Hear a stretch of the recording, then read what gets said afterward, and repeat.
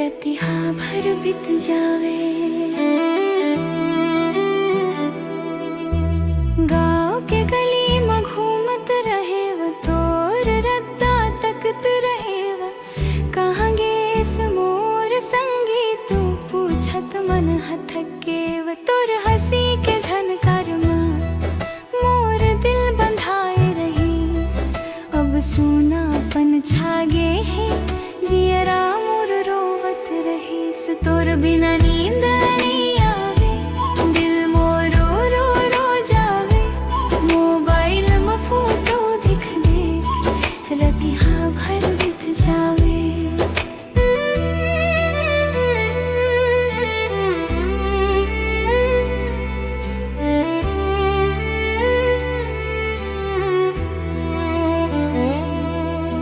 चंदाल देख के पूछव काबर मोला छोड़ गेस।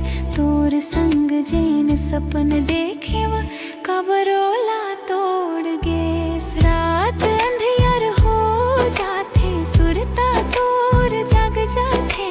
तोर बिनाए जिंदगी में कुछ घलो समझ नहीं आवत है। तोर बिना नींद नहीं आवे दिल मोर रो रो जावे। मोबाइल में फोटो देख देख रतिहा भर बीत जावे।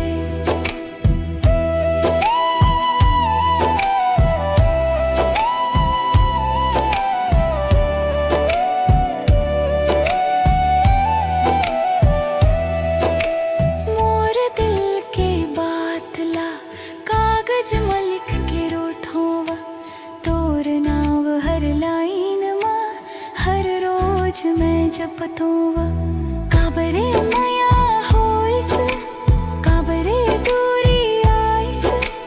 तोर बिना मोर दुनिया अधूरा अधूरा लागिस। तोर बिना नींद नहीं आवे दिल मोर रो रो जावे। मोबाइल में फोटो देख दे रतिहा भर बीत जावे।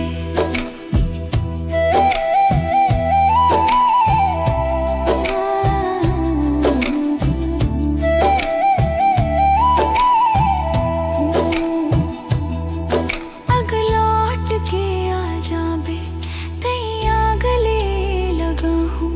सच कहत हाँ वो संगी